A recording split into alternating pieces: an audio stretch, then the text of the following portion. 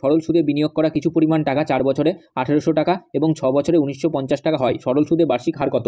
এটা আমি বড়টা উপরে লিখে নেব যে 6 বছরে হয় কত? 1950 টাকা। ঠিক আছে, আর 4 বছরের ঠিক তলায় লিখবো 1800 টাকা।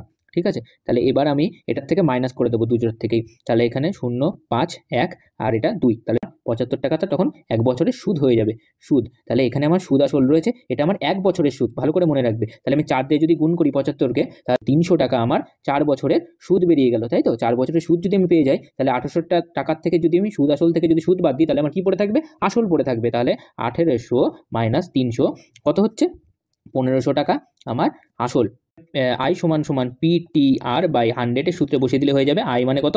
300 টাকা আমার সুদ, 1500 টাকা আসল, ইন্টু 4 বছর, ইন্টু পার্সেন্টেজ চেয়েছে আর 100, 0 0 কেটে গেল, 15 2 30, 5 আর সমান সমান 5% অ্যান্সার।